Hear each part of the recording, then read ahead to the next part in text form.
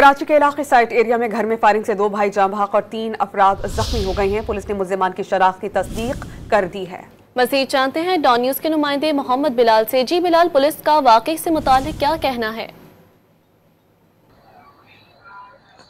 जी बिल्कुल, देखिए मैं इस वक्त मौजूद हूँ साइट एरिया के उस मकाम पर जहाँ पर अलग सुबह एक वारदात हुई है। आराम की जानिब से ये कहा गया है कि 4 से 5 नामालूम अफराद एक घर में दाखिल हुए हैं और दाखिल होने के बाद उन्होंने अंधाधुंध फायरिंग की है। फायरिंग के नतीजे में 2 सगे भाई जाँ बहक हुए हैं जबकि 3 भाई जख्मी हुए हैं, जिसमें से एक की हालत तशवीशनाक बताई जाती है।